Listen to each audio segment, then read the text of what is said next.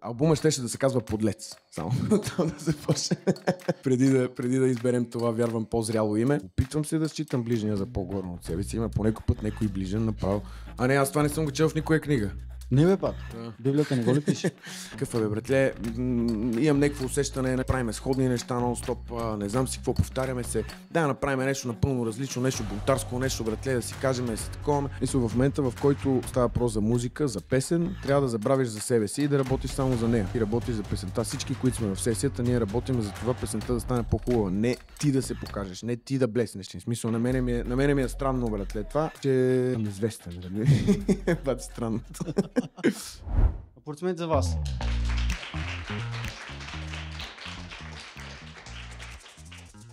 Както виждате, идеята на това събиране не е да бъде някакво супер официално. Искам да се чувствате, все едно сте на бръд с приятели. Надявам се да го постигате. Поне аз така се чувствам. Преди да ви представя госта си и да си поговорим, трябва да благодаря. Ще благодаря първо на MarketStar България, от които няма нито един представител в момента тук, за съжаление. Възпрепятствани са тези, които ги поканих, но те нямат намеса в това събитие, но 2 години подкрепят развитието на Креативен живот подкаст и няма как да ни им благодаря. Компанията се занимава с продажби. Ако вие се търсите работа в сферата на продажбите и сте слушали подкаста няколко пъти, сте го чували това 100 000 пъти, така че проверете MarketStar в LinkedIn. MarketStar, благодаря ви, обичам ви. Следващите хора, на които трябва да благодаря, са Superhosting. Някой има ли да не е чувал Superhosting тук? Няма. Superhosting са водещия провайдер на хостинг услуги в България. Благодарение на тях над 200 000 сайта си хостват сайта на Superhosting.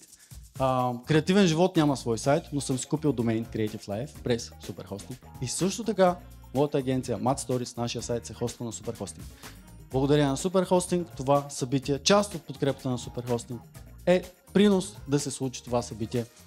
Така че много им благодаря, Superhosting, страхотни сте. Надявам се да продължим да работим заедно. Както ви казах, сайтът на Mad Stories се хоства на Superhosting. Всички, които са зад камерата, виждат Цанко, той е с тениски Mad Stories. Така че аз съм им се доверил. Няма как да не спомена и Mad Stories, креативната агенция, която създавах и работи в София. Отекчихте ли се вече? Последно ще благодаря на място, на което се намираме, Hyperspace.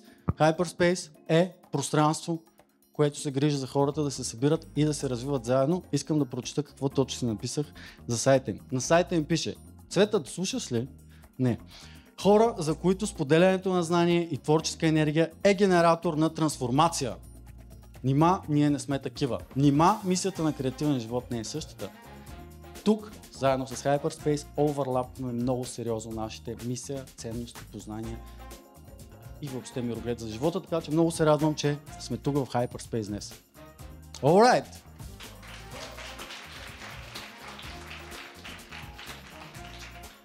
Снимаш ли, бе?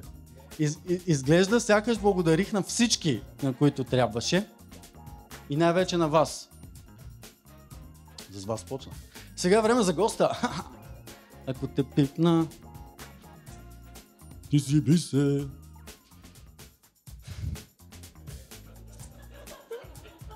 Скъпи приятели, вие вече добре знаете кой е гостът ми днес, но аз сега ще ви го представя. Първо, няколко факта за него. Първият факт е, че аз, може би, тайно съм влюбен в него. Имам такива подозрения. Второ, днешният ни гост е половината молец. Аплодисменти.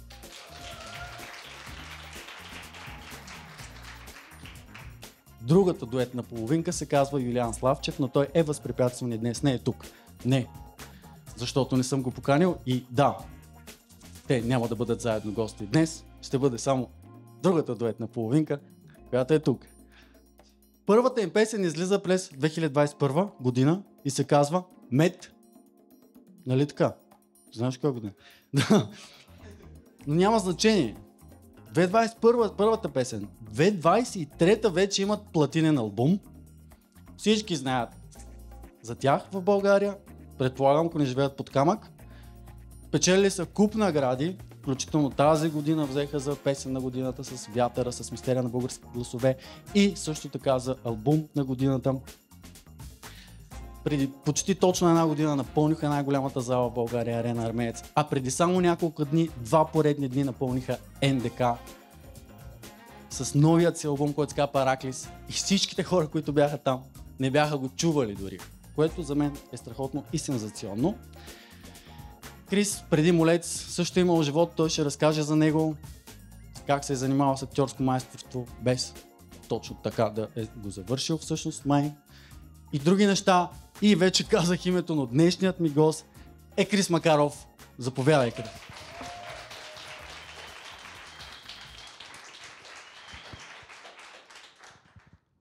Добър ден. Мерси ти за поканата. За мен е чест да бъда тук, да споделя, ще кажа, сцената, но то е холчето, заедно с теб и да си говорим цяла сутрин. Ами да, ще да ти кажа благодаря, че я прие. Сега за пръв път ще си говоря с човек пред хора на живо. Над 90 пъти съм го правил пред камери и като цяло... Роби, чува ли се добре сега горе? Добре. Тук в публиката има някои други обичани артисти също, в които също съм влюбен. Но обичани от нас. В теб съм влюбен. Благодаря ти. В момента. Да. Почваме супер. Да, Крис, благодаря, че прия поканата. Благодаря ти, че си тук. За мен беше... Оги, сега ще ви призная нещо. И на теб. Аз бях решил, че искам ти да си ми първия гост. И си казах, ако Крис не приеме, I'm not doing this shit. Това е. Накараме, да, изви ми ръцете, верно. Знаете ли какво му казах? Ако те пипна... Ако дойде в повече, кажи ми това. Сега е окей. Не, съвсем сериозно. Защото когато почнах да създавам подкаста, аз си поканих гости, с които да ми е комфортно за първите епизоди. И исках, когато започна лайв, също да ми е комфортно. Съответно, то така се случи, че половината публика ме познава по някакви други линии. И исках много да дойде гост, който ще дойде със сърцето си и ще напълним залата с любов и това ще потръгне по някакъв начин, така че благодаря ти. Благодаря. Подкрепете Христо. За първи път му е очевидно. Радваме се всички, Пратете СМС. Сега, ще си поговорим известно време. После ще ви дам възможност да зададете въпроси ви от публиката, като хора, които ексклузивно присъствате на първото издание. Това, че му мислете добре. Крис, няма как да не започнем разговорът ни по същество с най-последното нещо, което е новият ви албум, към който аз имам силен интерес. Да. Защо кръстихте албума си Параклис? Да, първо бих поразказал всъщност целият процес, защото това ние не тръгнахме от името. Нали, както обикновено се случва, не го кръщаваш, пък после да го гониш, ами обратното. Тоест, трябва малко да поразкажа за предисторията, за да стигнем до там, защо и как, по какъв начин. Но да, това е един албум, който създахме със страшно много старание и страшно много време и финанси и изобщо, как да кажа, емоционални средства инвестирани в цялото това нещо. Обичаме да правим така наречените творчески лагери, на които се събираме с едни от най-близките си приятели, които за щастие едновременно с това са и едни от най-добрите професионалисти в сферата. Да пишем музика. Правим ги тия неща обикновено поведнъж 2 пъти на година. Тази година успяхме да го направим 2 пъти. От тия 2 пъти се родиха около 50 песни, от които ние отнемахме до момента, в който не рафинирахме този албум до 15 парчета, заслужаващи напълно да бъдат част от това. Интересното е, че цялата идея тръгна... Албума щеше да се казва Подлец. Само да започне. преди да изберем това, вярвам, по-зряло име. Албума щеше да се казва Подлец. И тръгна в една, как да кажа, малко по-бунтарска посока. Имахме един момент, в който с Юката бяхме такива, братле. И то главно аз, даже Юката, как да кажа, той намира повече не му пука за някакви неща.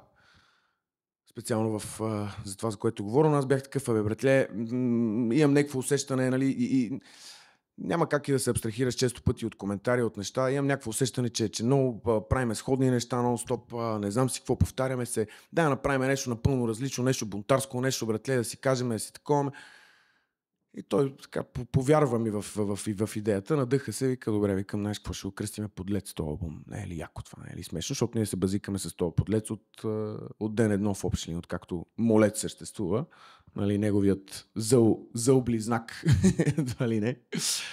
Та тръгнахме в тази посока, родиха се някакви неща, но истината е, че имаше капка жлъчка в цялото нещо, капка отрова, може би. Един от любимите примери на баща ми едно време, си спомням, беше такъв, нали, той го даваше за всякакви неща, но правя ти любимото ти ядене, любимото нещо, което обичаш да ядеш, но ти капваме една капка отрова в него. И ти го знаеш това, не ще го ядеш ли? По-скоро не, макар че ти е любимото нещо. Да, в някакъв момент седнахме и започнахме да анализираме и да реализираме какво сме направили до тук и в каква посока е добре да тръгне цялото нещо. И стигнахте до Параклис. Точно така, да. Просто сякаш траковете, които бяхме направили, се бяха разделили на два отбора. Тоест, на практика имахме за поне 2 албума материал. И те някакси много, много очевидно си пасваха или в едната група, или в другата. Та решихме, че може би е по-добре и по-зряло и как да кажа, по-качествено изобщо като изкуство. И то много си личеше, защото песните, които бяха за Параклис, бяха много по-силни. Хората, на които ги пускахме, нашите близки приятели, силно ги преживяха много по-дълбоко. Та да, Параклис е едно място, на което човек е сам, среща се с себе си, среща се с Бога, дава си някакви реализации и продължава напред. Тоест това е спирка за зареждане, за емоционално и душевно и духовно зареждане по някакъв начин. Какъвто вярвам, че и този албум. Той е много разнообразен, нали? Параклис може би дава такъв, как да кажа,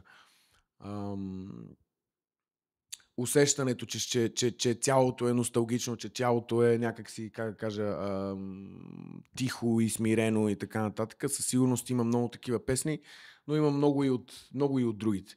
Тоест, за първи път успяхме реално да се предизвикаме с това да направим и някакви малко по-динамични песни, малко разчупени от тази гледна точка. Доста алтернативен подход има към някои от песните. И така, естествено, имаме и песни само с китара, с робката пуснахме, нали, как тя е изцяло с китарата. Та да, разнообразен албум е много и ни отне доста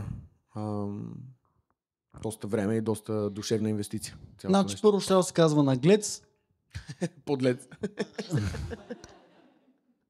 Запомнящо е, да? Ама как избрахте Параклис? Как така седнахте с Юли двамата и си казахте, днес че ходим се помолим, Параклис ще.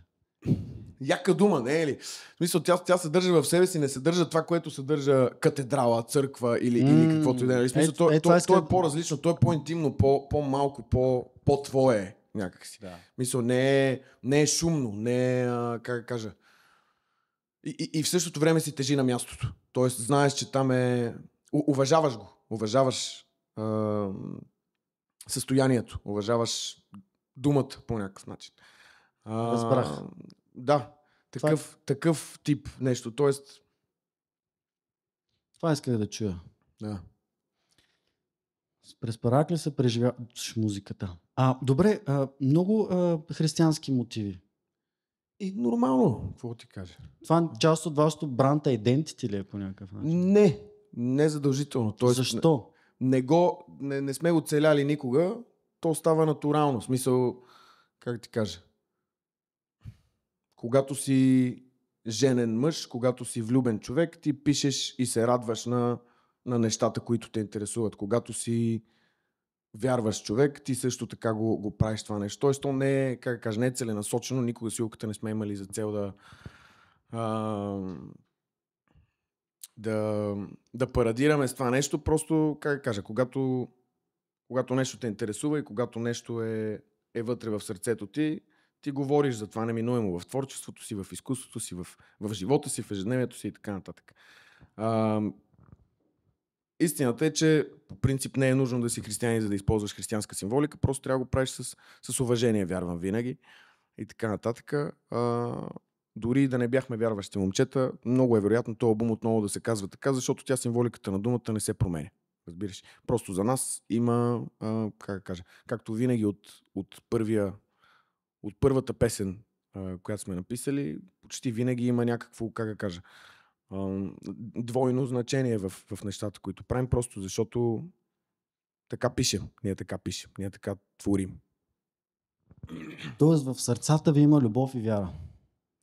Ами, смея да твърдя, да. Опитваме се да ги подклаждам този огън, а не другия, който вярвам, че гори във всеки един човек също. Тоест, нали, тази борба, която имаме, сянката и другото нещо, нали, ти имаш избора кой огън да подклаждаш и ние се опитваме да подклаждаме този. И в творчеството ни да личи това нещо. Доста бързо стигнахме до тук. Бърз си. Да. Не, окей, мислиш ли, че наистина е така, че има в нас и сянката, и любовта, да кажем, светлината, и ти избираш кое подклаждаш? И ако е така, защото ти отговори на този въпрос по-рано, как ти успяваш като млад мъж да подклаждаш любовта, а не омразата? Защото това е проблем на нашето поколение. Да. Със сигурност всички сме свидетели на това цялото нещо, особено няма коментирам формати и неща, но да, със сигурност вярвам, че имаме този избор на ежедневна база. Да, и по някой път се събудиш с гъза нагоре и този избор е направен вместо тебе, нали, за днешния ден. Но глобално вярвам, че тази сила седи в нас и че, как кажа, то е целенасочено нещо, то е целенасочен труд. Любовта и влюбването дори то е ежедневен избор. Ти го взимаш в момента, в който се събудиш, казваш да, и днеска ще обичам, да, и днеска ще правя тия неща, да, и днеска ще такова. И вярвам, че той с годините става все по-лесно и по-натурално и не се замисляш дали го взимаш този избор или не, защото веднъж си го взел по-категорично и по-глобално за живота си. Но да. Чакай малко, чакай сега. Ти казваш ли си го съзнателно това, брат? Днес ще избера да обичам. Днес ще избера любовта. Днес ще избера светлината. Ами да, не смятам, че точно с тия думи, но... Примерно. Да, имаш ли конкретни думи? Ами опитвам се да съм благодарен. Буквално да имам момент, в който благодаря за всяко едно от нещата, които са се случили до момента в живота ми. И това ме кара да избирам това, за което говорим. Разбираш, и това ме настройва точно по този начин. Тоест, ако трябва да имам някакви думи, едва ли не, които казвам, то наистина са думи на благодарност всеки един ден. Това е много готино, не само защото те настройва да живееш по начина, за който коментираме, ами освен това ти дава реализацията на това какво си преживява, какво ти се случва. Защото ако не си даш тази реализация, нещата, които ти се случват, ти ги забравяш просто, разбираш. Тоест ти ако не си благодарен за тях, ти не осъзнаваш колко много притежаваш. Ти почваш да приемаш всичко на готово и всичко просто да минава покрай теб, особено в забързаното ежедневие, в което живеем. Е много лесно да се отпуснеш и да забравиш какво имаш. Затова сигурно е необходимо и аз вярвам всеки ден да спреш малко, да си поемеш въздух и да кажеш, брат, какво става? Благодарен съм за всичките тия неща много. И така си по-щастлив. Така си по-щастлив, защото наистина осъзнаваш какво имаш. Защото иначе просто ставаш някакъв консуматор, който иска още, да си задоволи за малко допаминчето и тия неща, нали, смисъл. борбата на това цялото поколение. Изгледаш още 20 рила и се чуеш после, що си скапа. Да. Аз имам дневен ритуал такъв. Вече много мраза на всички продуктивите гурута и хакове, защото съм бил много закачен. Не, аз това не съм го чел в никоя книга. Не бе, бат. Библията не го ли пише? Не точно по този начин. Не, всеки ден имам период от деня, обикновено вечер, в който изразявам своята благодарност към Бог или каквото има там в пространството. За сега го наричам така. Добре си се ориентирал. Да. И сутрин... това го правя и сутрин. Понеже съм говорил тези неща милион пъти, ама няма значение. Понеже ти много добре даде примера. 20 рилчета и що си скапан. 20 рилчета е много малко. 2000 рилчета е по-реално, но да. Не си го пипам сутринта телефона. Първите 40 минути. Воля, какво смееш там? Не. Телефона не си пипам. Говорим смислени неща, бе. Защото, нали, да знам кой съм аз. Какви избори ще направя без облъчването от една страна. От друга, това е момент за свързване с околния свят. Имам една градинка около нас, хода в градинката, понякога пипам дървета. Хубаво занимание. Да, съвсем сериозно го правя и пия си кафенцето, нали? И така се чувствам по-свързан и по-заземен и осъзнат. Да, аз вярвам, че всеки човек трябва да има някакъв такъв ритуал, който не включва телефон в себе си, не включва никакъв бинч, нещо и така нататък. Аз съзнавам, между другото си дадах сметка. Сега имах наскоро някакъв момент, в който жена ми не си беше вкъщи, трябваше да ходи там на някакъв кастинг, къде в Стара Загора или не знам къде. Тежък момент. Да, 1-2 дена не беше вкъщи. Човек. Ставам и директно, брат, почвам с телефона, такова направя. И 1 час съм седял, разбираш, и такъв момент съзнавам, че аз го правя. Такъв, брат, аз не съм такъв. Уж, нали?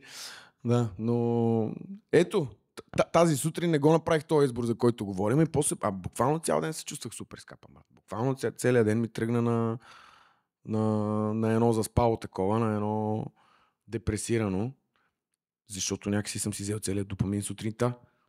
Добре, очаквах, че ще кажеш, че понеже си вярваш човек, разбрахме и по албума ти, че имаш такъв ритуал ходене на църква, някакви такива неща.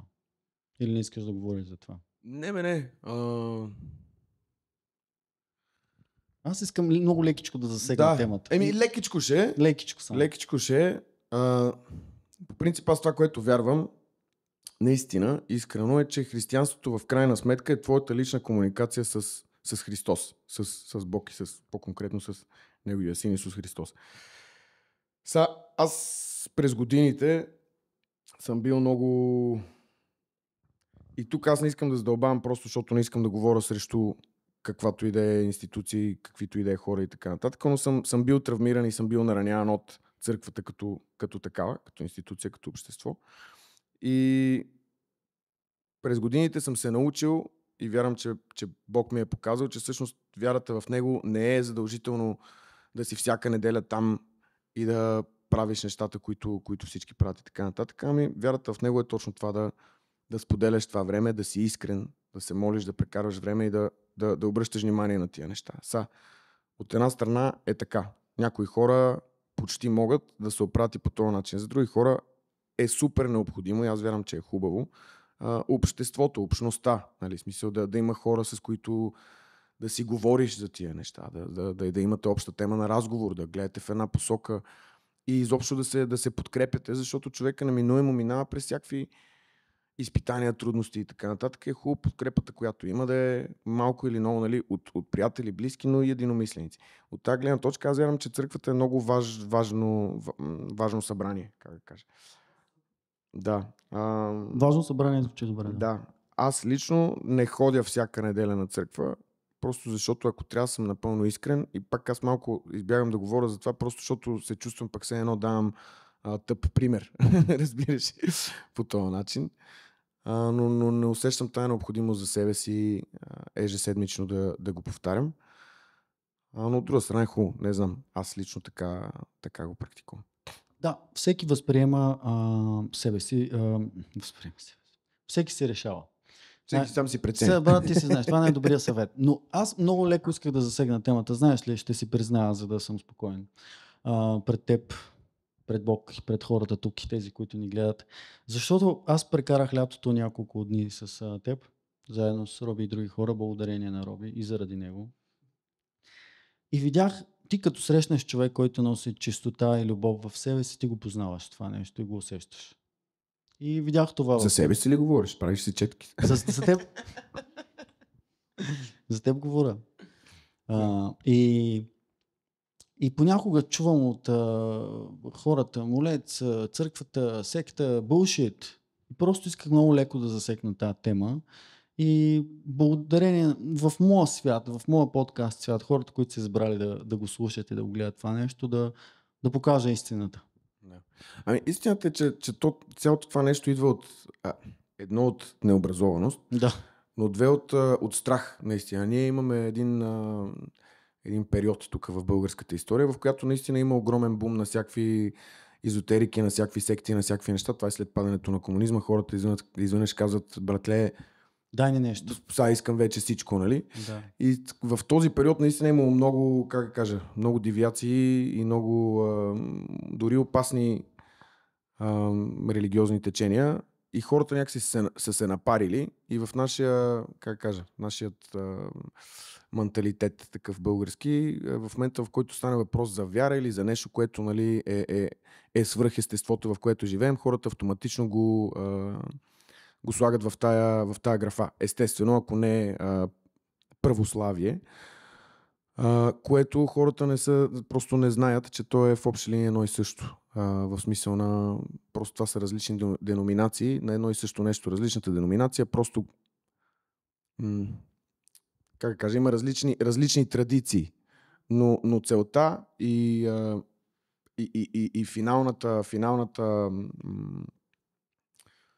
финалната цел е една и съща. Наистина, просто приближаване до Бога и спасение чрез жертвата на Исус Христос. Това е, в смисъл, всички вярваме в това нещо, в крайна сметка. И така. Това е много набързо късо обяснение защо хората и как го възприемат и така. Да. ППЦ. Принципно сме в подкаст. Може и дълго, но достатъчно много добре го каза. Благодаря ти за което. Това е всичко. Всеки избира от тук нататък какво да мисли, чувства, усеща. Аз самия осъзнах скоро, преди 1 година, за себе си, че всъщност съм бил цял живот вярващ и духовен човек. Имам страхотна дълбочина в това отношение. Просто преди избирах да наричам нещото Вселена. Много такова източно секси Вселена. Кажеш на мацката Вселена. Че вадя на матча. И обаче, защо... Един толтбек? Да. Понеже имах като дете една роднина, една леля, дето ме води в църквата и вика, цацувай тая икона. И аз съм такъв, копеле, от ли си тук, виждам лигите на 1500 човека, няма шанс да цувам тая икона, смърди вътре, на това ми става лошо, цувай това, напред, викам, нема да правя тия канони, не ги усещам, бате, се така и викам. И аз си бях бунтар, нали, и викам, това църквата е гадно нещо, Бог е гадно нещо. Но, когато се абстрахираме, всеки да си преценя кой Бог, какъв Бог и така нататък,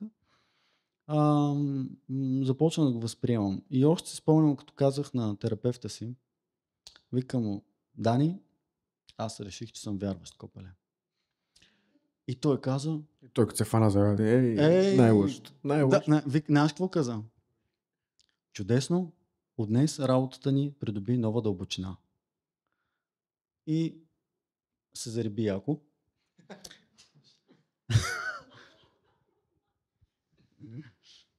Много го обичам, имам 2 епизода с него. И така се случи. Но да минем сега на другото нещо, което е... Да ги притупаме и да ходим да ядем, че има и диджей. Тия яйца ме чака. Че на Марто му стана скучно. Вие, колко хора от вас мислят, че Крис е учил в надфис и го е завършил или не го е завършил, няма значение, че е бил в надфис? Има някакви хора там. Да, това е един от големите митове, Да. които се носят във въздуха. Да. Ти реално, значи, защото другия мит за молец е, те ватне на твизджиите много се подкрепят. Се ват и тези това имат така аудитория. Той не е бил в надпис. Нали правилно разбирам? Да. Не съм бил в А надпис. иначе ти отива. Не знам как да го приема това. Не знам как да го приема, дали е комплимент или не. Да, занимах се с актьорско дълго време. Как се занимава с актьорско и кога започна? Нашите ме записаха като много малък на школа. Ходих на една школа, след това ме записаха на друга школа при наш много голям добър приятел на родителите ми, семейен. Освен това, много готин актьор, Теди Янкулов, се казва Тодор Янкулов, който между другото на първия албум, сега се сещам, има едни речитативи на един много, много дълбок глас на края на аутрото. Това е той, да, и в интрото, това е той, човек с много дълбокия глас. Ходих при него доста дълго време и оттам някак си тръгнаха нещата. Не знам, то е много странно, защото при мен процесът не беше... Как кажа, има много хора, които целенасочено казват, аз сега това ще го изработя, това ще го изтаковам, това ще го изнезнам си какво. Естествено всичко става с супер много работа, винаги, но точно в това отношение аз все едно не съм положил труда, който примерно полагаме сега в момента в музиката и така нататък, защото за музиката и за това, което в момента се случва, мога да гарантирам, че ние се трудим на ежедневна база, буквално страшно много, за да поддържаме някакво ниво и за да имаме възможност да живеем от това творчество. Тогава, нали, аз бях и по-малък. Просто случи се един ден, аз закъснях за репетиция. Идвали, обикалят школите в София, правят кастинг за филм някакъв български. Аз закъснявам, даже прибирам се от Пловдив, мизерен, с един самар, ужас, на стоп. И те си тръгват вече хората и те чакайте, само последно 5 минути това момче, нали, да мине. И аз така минах набързо. И викам супер, нали, 2-3 месеца чакам никакъв отговор, аз даже, нали, бях забравил вече, айде втори кръг, трети кръг, не знам си какво, в крайна сметка получих ролята, главна роля ме взеха в един български филм, който за тогавашното време всъщност имаше доста сериозни постижения. Той стана, как кажа, имат на Оскарите имат категория чуждоезичен филм. Та беше българското предложение тогава за такъв, нали, което беше голямо постижение за тогава. Той сега си е постижение, извиня. Да. Но оттам тръгнаха нещата. Взеха ме и за друг филм, пък и в театър София поиграх малко в един мюзикъл. В музикалния имахме друг пък мюзикъл, нали, в който такова в младежкия. Става просто, че така тръгнаха нещата. Аз нека си представях, че ще се занимавам с актьорско, ако трябва да съм честен цял живот. Обаче, като завърших училище, станах сервитьор и ми мина. Реших, че това е. Толкова повече страст имам за сервирането. Сериозен ли си? Шегувам се, естествено. Значи, сериозно. Мисля, че всички разбраха, че не е сериозно. Само ти не разбрах. Не, защото това си е... Да. Това си е готино, със сигурност. Не, шегувам се, историята беше по-различна. Аз реално се чудех много дълго време дали да кандидатствам или да не кандидатствам в надпис, просто защото естествено, че ми се занимаваше с актьорско майсторство много. Между другото, с Валю сме били при Теди, бе. Те. Ама той не стана актьор и той. Да. Артист е. Артист.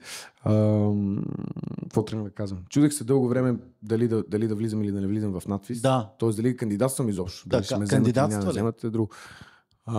Не. Другата истина е, че за един незрял 17, 18, 19, 20 годишен човек е много лесно, братле, да се подхлъзнеш, да не си достатъчно адекватен, да се поддадеш на някакви неща, които не е редно да се случат. И се радвам реално, че тогава направих този избор. След няколко години случи друго нещо. Да. Мисля, че тази история се е разказвала вече много пъти, или? Отгоре. Между другото, в такива подробности не съм. Не, за молец после създаването. За Молец създаването, да. Да. И защо Молец също мога да не ме питаш. И как се запознахме с Юли също. Да, точно това ме предвид.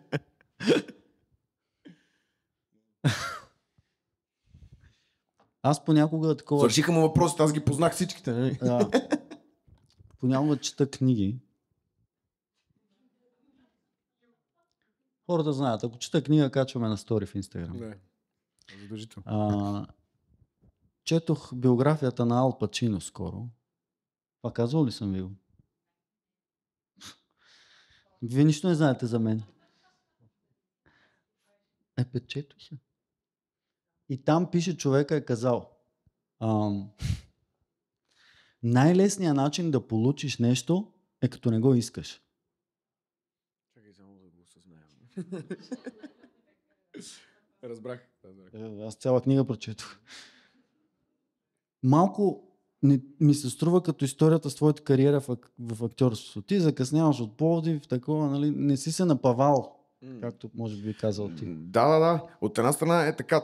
Истината е, че този принцип може да се приложи и към успеха на Молец също. В смисъл на това, че ние в началото искрено не сме го имали за цел това нещо, което се случва в момента. Не сме го търсили. Естествено, имали сме някакви надежди. Всеки един човек на изкуството се радва и се надява изкуството, което прави да достигне до повече хора. Но не е било самоцел, не е било нещо програмирано, нагласено. Сега тук ще се, не знам си какво, нали, знаем формулата, сега ще работим по нея. Ами наистина, просто направихме 2-3 песни, които ни харесваха на нас. Които не сме чували, които искахме да чуваме. Надявахме се, че след 5 години, 6, ще има някаква песен с 200 000 гледания, примерно, да кажем. Или нещо е такова. Или за щастие, това случи малко по-рано. И така. Колко по-рано точно? Моля да кажеш гордо. Много по-рано. То беше много смешно, защото ние бяхме на първия кемп, на който някога сме ходили. Мила Роберт тогава го организира тя и просто ни викна на една къща на морето. И се бяхме събрали. Ние тогава още не знаехме изобщо какво представлява това нещо, какво значи. Буквално целта ни беше да се съберем на едно място много хора и да правим музика.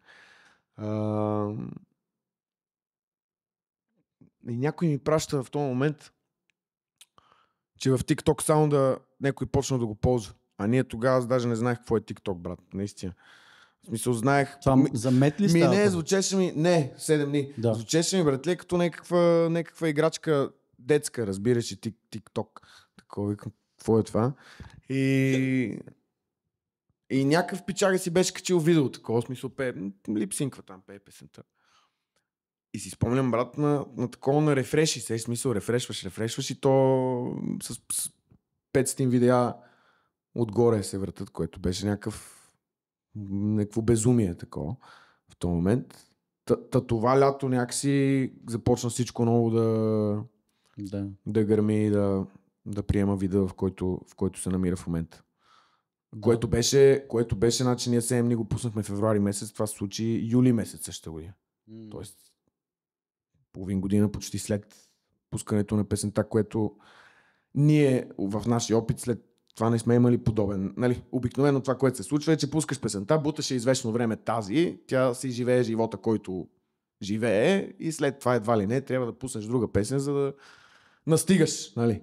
Да поддържаш хайпа, огъня, да. Тоест почти никога не се случва нещо да гръмне половин година, една година след като е пуснато.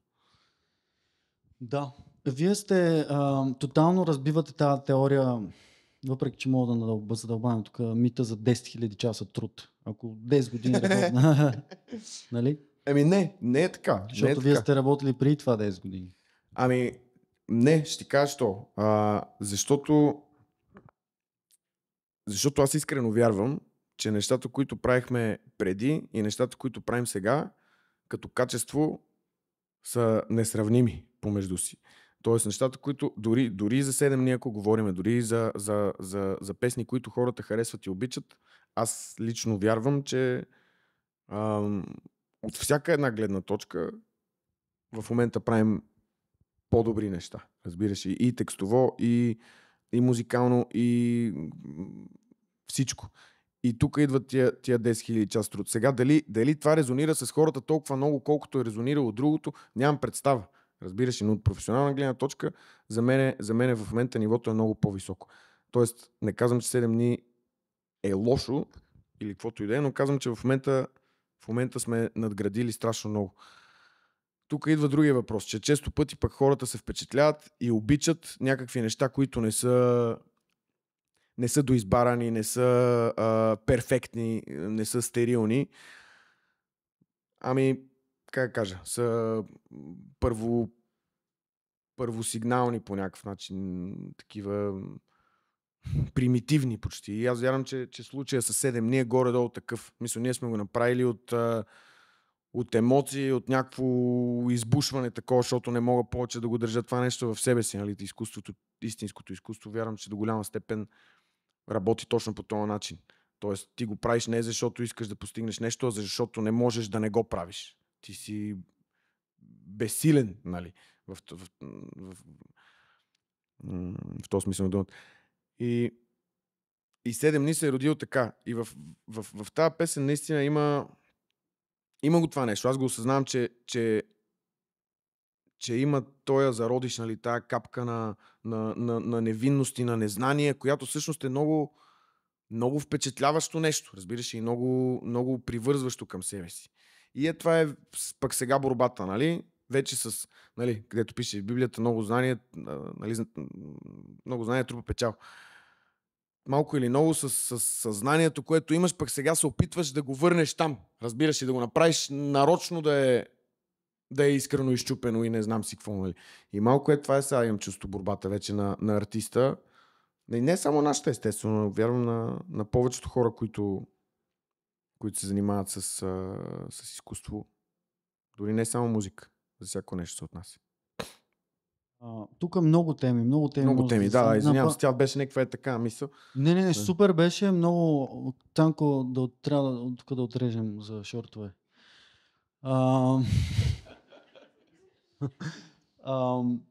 Няма да говорим за перфекционизъм, с нами да говоря. Ако има перфекционисти, проблем. Ваш. Не е хубаво. Това много ми хареса. Опитвате се сега да го върнете. Да. Знаеш ли, 5 пъти си погледнах телефона, 5 пъти, като скоро бях на твой концерт в НДК и ти каза нещо на сцената. И в залата... Аз много глупости говорих там. Между другото... Не, добре беше. Супер беше. Благодаря ти. Да. Подкрепиш ме винаги. Да. Да се разголваш пред най-близките е предизвикателно. Това го каза ти. Да. Може ли тук да влезем малко? Да. Ами, това беше във връзка с вълнението, което изпитвах от факта, че за първи път представяме чисто нова музика пред хората в тази зала, които аз наистина до голяма степен считам за едни от най-близките ни хора, защото готиното и слава на Бога и съм толкова благодарен, че го имаме това нещо, но ние имаме много вярна публика. Хора, които искрено много, много се радват на нещата, които правим. И винаги са там, винаги са на концертите, винаги ни подкрепят. И винаги виждам в очите им емоцията, която изливаме ние да резонира, да се връща към нас. Това е буквално едно от най-яките неща, свързани с професията, която волю или неволю практикуваме. Това изказване, беше във връзка с това, че наистина за първи път споделяхме албума Параклис и е много вълнуващо, защото пеем 7 дни, пеем Еуфория, Бял лист, нали, хората пеят заедно с нас, много е яко. Но е много по-различно, когато за първи път това изкуство се докосва до едни девствени уши, до едни уши, които жадуват да го чуят, но в същото време, нали, ти като човека, от който излиза това нещо, имаш страшно много притеснение и усещане, че има някакво очакване от среща, разбираш? Тоест, то може да го няма, но ти усещаш, сякаш трябва да се представиш добре. Сякаш трябва да е имало смисъл, разбираш, и да е било такова. И в този момент е много... То буквално е като разголване. Толкова си... българската дума. Уязвим. Толкова си уязвим в този момент, нали, че че то наистина може да се сравни с разголване при него. То е дискомфортно, то е странно, разбираш. В същото време е много вълнуващо. И фидбек от концерта е... хората винаги много се кефат, като правим такива акустични концерти. Те и на другите много се кефат, но след тия фидбека е брутален. Мисъл... Добре, аз помислих, че оказваш за най-близките си, за най-близките си, не за хората в залата. Той имаше 4-5, колко хиляди човека имаше там? Естествено. Как да кажа? То е на концентрични кръгове, братле. В смисъл, то включва... Аз не случайно го казвам на сцената, защото като го кажа на сцената, всеки един се чувства все едно е за него. Както и ти се почувства в този момент. Че... Не, аз не се... ти не се почувства. Да. Естествено, просто е поетапно. В смисъл, тия неща достигат от най-близките до също много близките. Разбираш, аз не вярвам, че трябва да има някакво чак такова разграничение. Естествено, защото до момента аз съм я пускал тази музика на съпругата ми, пускал съм я на приятелите ми. Нали, така. И мене винаги, истината е, че всеки един път аз, братле, кринжваш. Супер дълго време държа демата преди да ги пусна на Християна. Просто съм такъв. И тя даже мега се дразни, брат, защото тя иска да ги чува. Тя се вълнува за това нещо, ама аз такъв изобщо не ги пускам супер дълго време и като ги пусна, гледам в другата посока, се отивам някъде в другата стая. Защото буквално това чувство, за което ти разказвах по-рано. В смисъл, много уязвим се чувствам в този момент. Много е такова.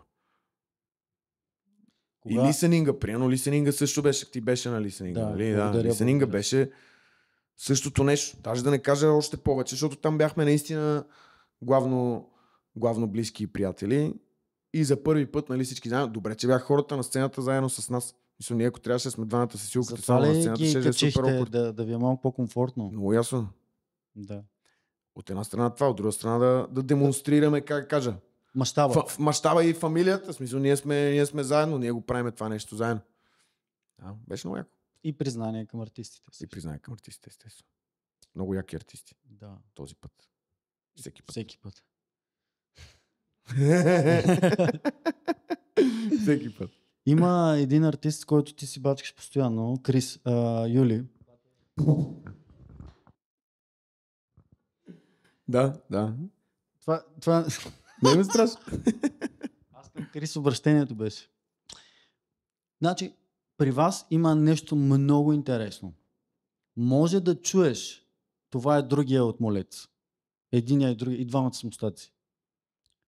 Но вие сте абсолютно равнопоставени. Сега няма да казвам други имена на други хора, всички се сещат за някой, но не, това е втория от този дует. Знаем първия, то май беше втория, we don't give a shit, защото очевидно другия е лидера. Обаче при вас го няма това нещо. Аз ви наблюдавам и следвам ви от известно време. Няма го това нещо. Как става така, братле? Двама мъже с изключително силно присъствие, с такива буйни мустаци, толкова тестостерон и големи сърца и големи мускули, да успяват да... Защото аз виждам, няма его. Как става тази схема? Да ми кажеш, аз да се оправя с моите. Точно това ще да отида в тази посока, нали, с отговора. Ние много се опитваме и вярвам, че до голяма степен успяваме в процеса на работа и в процеса на творчество и в всеки един момент да се изслушаме и да уважаваме мнението на другия човек и да опитваме идеите, които имаме. Тоест, ако някой даде идея в сесия, тя не се просто подминава, защото другия е казал, не, братле, така ще е по-яко. Пробваме го и вземем решение всички заедно. Ако е наистина по-яко, остава. Ако не е, всички се съгласяваме, че не е. И продължава. Втори ред на мисли, в интерес на истината, и робката винаги е бил огромна помощ, просто защото в момента, в който има трима в сесия, нали, ще се наклони везната на някъде.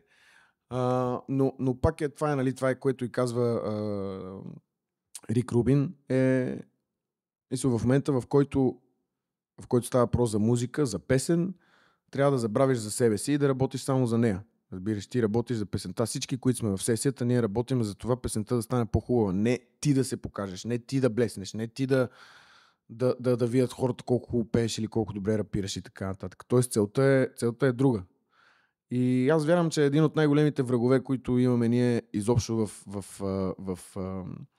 в живота си и в целия този път, който ние наричаме живот, е егото. Наистина, борбата с егото е най-важното нещо и за мен е най-голямата цел. Тоест, ако можеш да пребориш това нещо, ти можеш да пребориш всичко и можеш да си, как кажа, да си един пълноценен човек. Да си един човек, който е добър към другите, който е грижовен, който зачита чуждото мнение, който се интересува от хората около него. Защото в крайна сметка най-важното и единствено нещо, което ние имаме в този живот е комуникацията. Комуникацията с хората около нас, с близките ни хора, с хората, с които се запознаваме.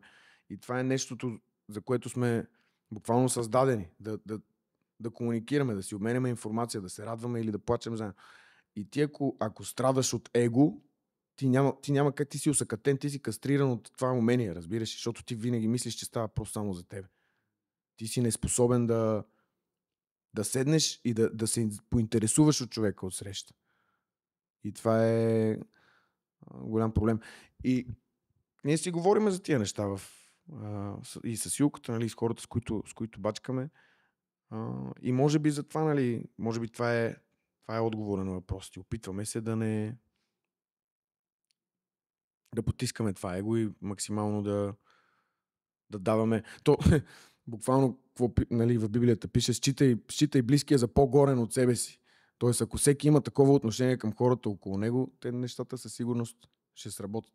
Разбираш ли? Разбирам, мисля, но това е, как да кажа, ако в момента близкият си ти, не ми е много по-трудно да поставя, да те счита за по-горе от. В Библията често пъти, когато кажат ближния си, имат предвид всички. Точно така, всички хора. Но всеки от тази зала ми е много лесно да го поставя за повече от себе си. Но не съм толкова възвишен, разбираш ли? Братле, това е много сложно. То никой не е. И аз не съм. Естествено, знаеш колко има. Аз по принцип понякога съм и леко избухлив. В смисъл, аз съм си такъв. Ами не, в смисъл, нормално е. Хора сме в крайна сметка. Аз не мога със всеки. Нали? Разбираш ме какво ти кам. Тук си говорим едни много романтични неща, ама после като излезеш в истинския живот, излезем от този подкаст, нали, пак трябва да се изпълнява. Тоест, естествено, че всичко е много по-лесно на думи. Аз не съм идеален пример в нищо от нещата, братле, които говоря. Аз не съм идеален пример за нищо. Аз се опитвам да ги постигам тия неща, за които говоря с теб. В смисъл, всеки е така. Всеки се бори. Всеки не ежедневно. Нормално. Опитвам се да считам ближния за по-горе от себе си. Има по някой път някой ближен направо огръмнен шамар. Разбираш, смисъл, естествено. Не, че го прави. Не, че го правя. Но и на мен... Последно вчера ден чак. Чак. Това е част от процеса. И този процес е вечен. В смисъл, той не спира до момента, в който не си отидеме, разбираш. И после, като си отидеме? Говорихме си вече. Говорихме си. Нямам време за всичко. Мога да си представиш. Трябва да дадем хората да питат нещо.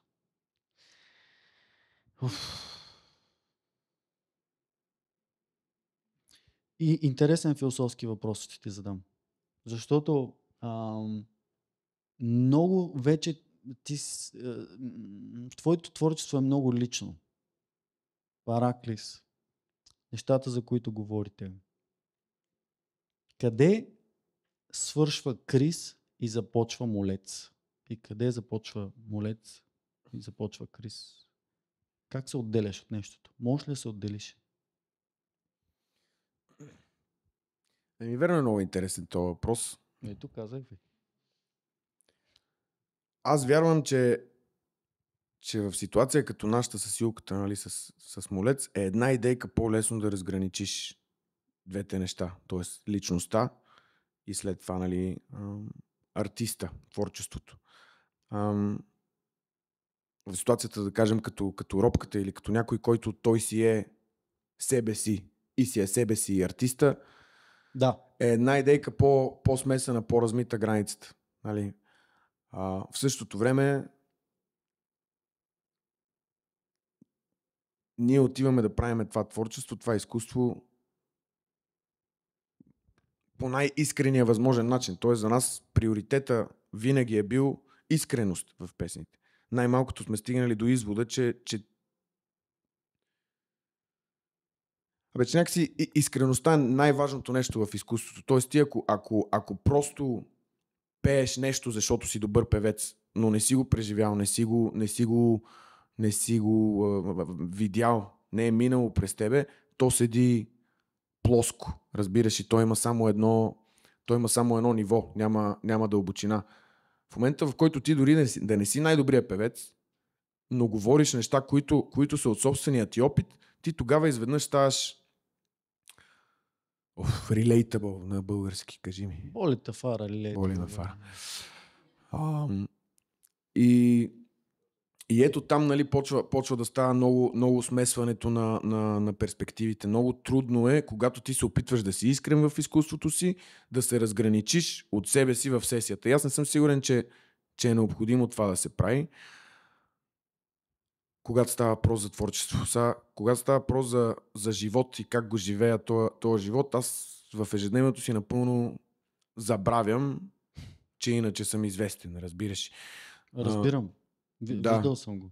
И мене много, ако трябва да съм честен, аз съм от хората, които познавам от този бранш и от тая индустрия цялостно, аз съм един от хората, които най-много им е неприятно от този факт, че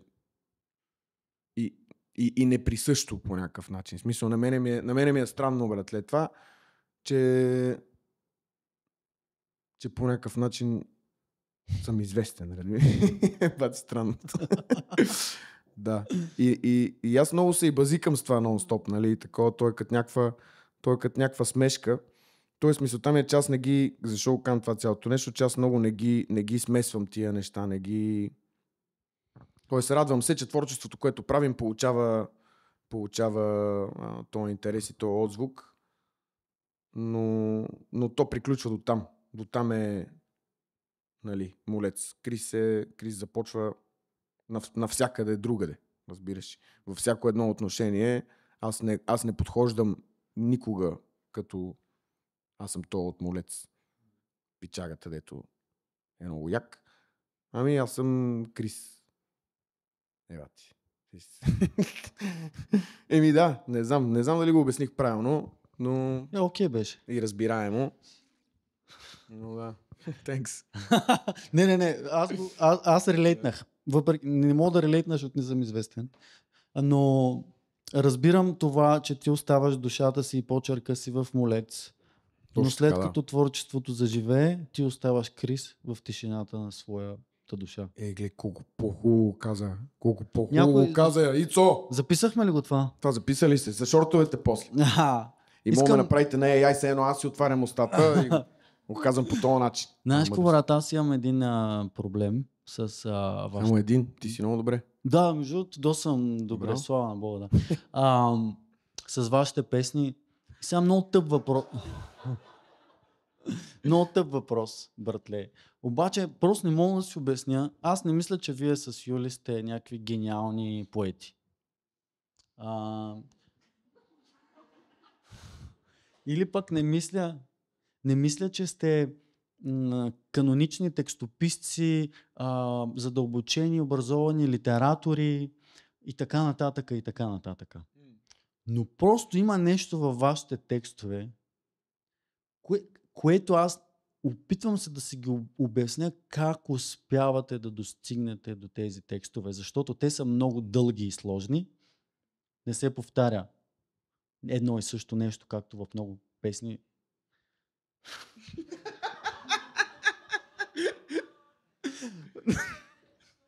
В световен мащаб.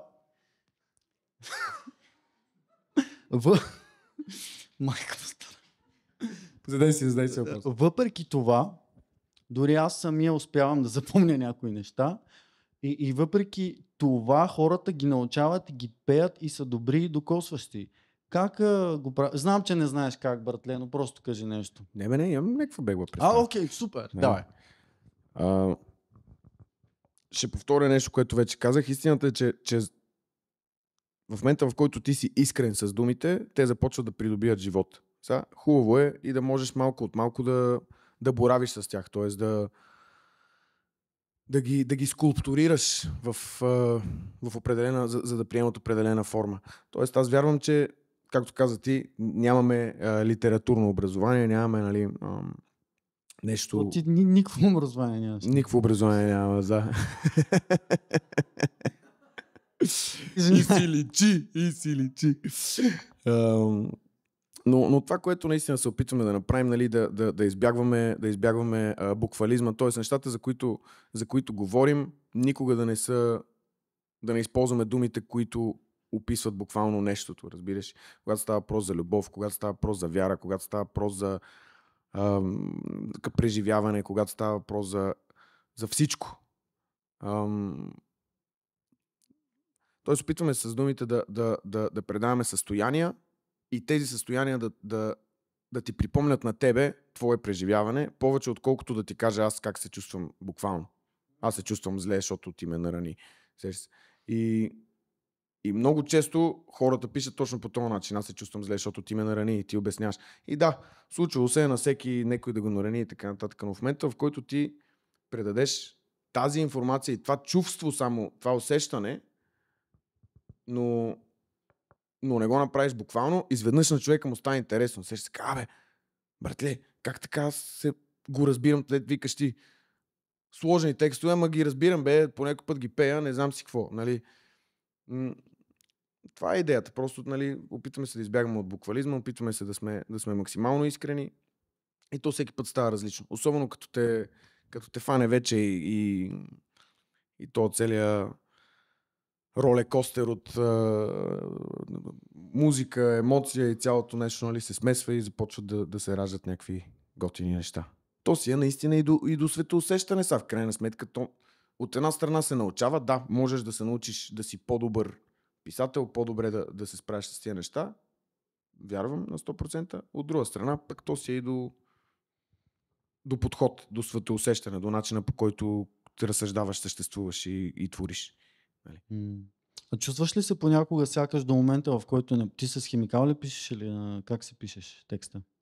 За съжаление, все повече на ноутове, ама то защото... Както дойде. Защото те хваща вдъхновението в момента и телефонът е най-близкият инструмент.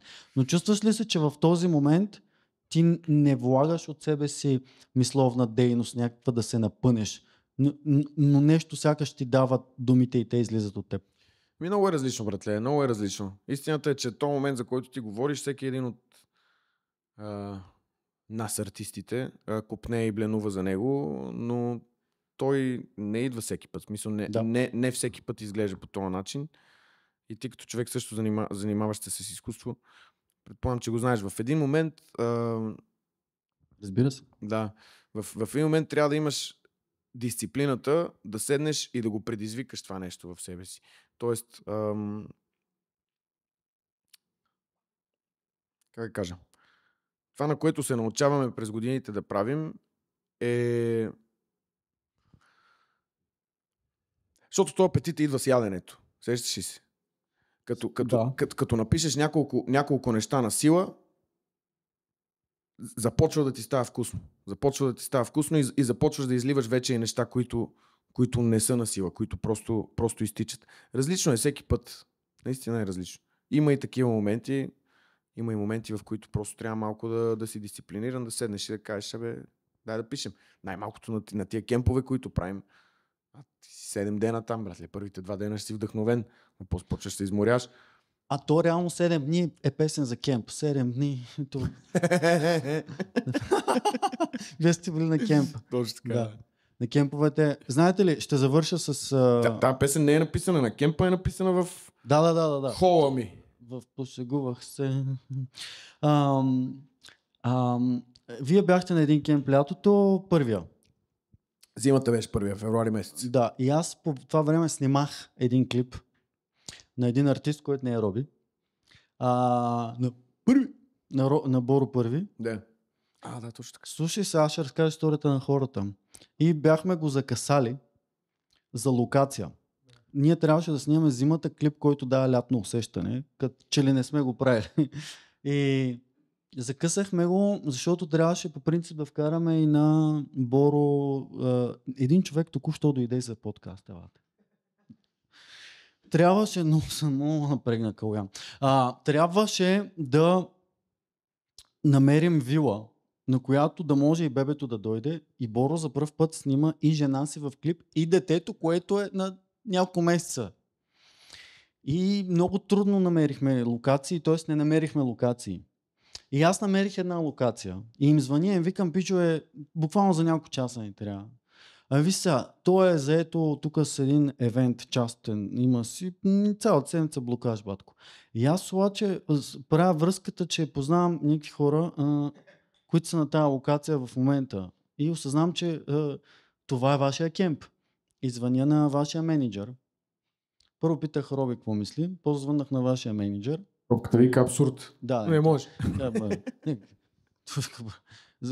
Ще ми идваш с други артисти. Брат, звъннах на Пепи, вашия менеджер, който не успя да дойде днес. И Пепи, братле, вика, нека само да говоря с момчетата, и след 15 минути ми беше уредена локацията и дойдохме и снимахме при вас. Да, яко ли стана? Да. Но той излезе. Аз съм го гледал. Яко стана, яко. Не, защото ние сме снимали клипове, които не излизат. Нали? Виж, аз не съм доволен. Аз не съм доволен напълно. Ти никога не си. Да, Боро е доволен. Браво, това е важното. И искам да кажа това нещо, че вие си имахте работа, има музика, там се твори, има сумата и народ. Ние изкачаме, не че сме някакъв голям екип или нещо, но изкачаме 5-6 човека, мъкнем някаква техника, пускаме музика, дигаме шум, влезнахме в на някакви хора спалните. Тук ще моля да разместа малко. И смисъл... И просто исках да разкажа тази история пред всички, и в подкаста бях забравил за нея. Първо, благодаря ти още веднъж. Беше толкова лесно да се съгласите, да съпортнете нас и ваш колега артист и всичко. И това само показва какви хора сте. Какво говориш, брат? Много ясно. Това е най-естественото. Добре, приятели, ние направихме не почти, а точно 1 час разговор. Добре сме. И аз много искам да си говорим още, обаче толкова много ми си ходя туалетна. Че сега ще остава 10 минути за въпроси от вас, ако искате. Ще работим така. Калуяне, влизай, брат. Ще станат така нещата. Ще оставим някакво момента за въпроси. Както си седите, задайте въпроса, аз ще го повторя на микрофон, за да го имам записан. Става ли? Айде, кой ще се престраши първи, за да не посочвам? 10 минути, защото... Ако няма въпроси, аз също съм окей, но ще имате шанс да зададете въпрос. За пръв път в подкаста това се случва. Ето, човека с парите. Ще повторя набързо въпроса на Дидо и после, ако има, ще раздавам микрофона за такова. Въпросът за камерата е как сте избрали селекцията от 50 песни да останат 15 за албума? Да, и какво се случва с всички останали? Да. С всички останали за момента нищо не се случва.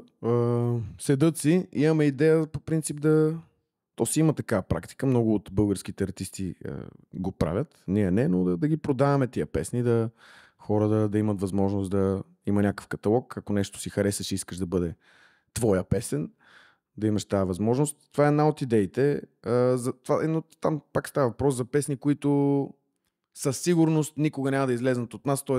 да кажем не ни подхождат. Има други песни, които са много хубави, но остават за по-нататък, за по-нататъчни проекти, за някакъв момент, в който ще си намерят местенце да се впишат. Има други, които просто така си остават за винаги. Но истината е, че то даже при нас това е в много малки количества. Вие не може да си представите какво се случва? По принцип тази практика за продаването и пичването на песни е световна практика. В огромни количества се случва това и в американския, и в корейския пазар. Там е някакво безумие. Там получават мисля, че нещо от типа на 500 песни на седмица, братле. От които на седмица, всяка седмица в продължение на цялата година. От които 500 песни излиза за цялата година, излиза 200-300 песни. Разбираш за какво и да речеш? Да, много е интересно. И така. Надявам, май си подговорих. Мерси. Какво става, Димо? Нищо, закъснях малко. Как сте ви? Добре. Интересно ми е, има ли някаква тема, по която си искал да напишеш песен, но не се чувстваш напълно готов все още? Това е интересен въпрос. Истината е, че темите, които вълнуват човека, те се променят непрекъснато. Тоест с израстването, с озряването, с преживяванията, които имаш, вълненията ти също така се видоизменят. Тоест аз гледам да пиша за нещата, които ме вълнуват в момента. Не мисля, че има нещо, за което съм бил скептичен или твърде срамежлив, за да не пиша за него. В смисъл, в момента, в който съм усетил някакво вдъхновение и някакво желание да пиша по даден въпрос, никога не съм го потискал. Да, просто това е, че тези теми се променят за всеки един човек в процеса на живеене. Благодарим на Димитриан и Дидо за смислените въпроси, с които добавиха стойност и бяха първите въпроси на живо от публика в историята на подкаст Креативен живот. Крис, ти искаш ли да кажеш нещо, за което не те питах и просто да го кажеш? Сега ги разбирам как се чувстват хората. Да, затова смених въпроса с кой е следващия. Разбираш, много е важно как питаш. Прав си, но не проработи. Не проработи се пак, нали? Но ти се опита достатъчно. Не, благодаря ти. Благодаря ти за поканата. Благодаря ти аз, че беше. Прой пак. Благодаря ти аз също. Крис, благодаря ти, че беше тук. Благодаря ти, че беше моят първи гост. И аз ти благодаря ти. Не, наистина от сърце ти благодаря. Благодаря ти от сърце. Не знам как стана, ще разберем след малко. Всички, които сме тук, продължаваме да сме тук. да продължаваме да си доизедем закуските и кафетата. DJ Imperial ще продължи да ни радва с яка музика, защото такъв е концепцията на събитието и да продължим да си говорим и да се радваме да празнуваме този живот, защото ако не го празнуваме, защо да го живеем? Вие присъствахте на първия запис. Всичките умни неща ги каза ти, само да ти кажа този подкаст. Браво. Убих. Следващия път. Следващия път сам.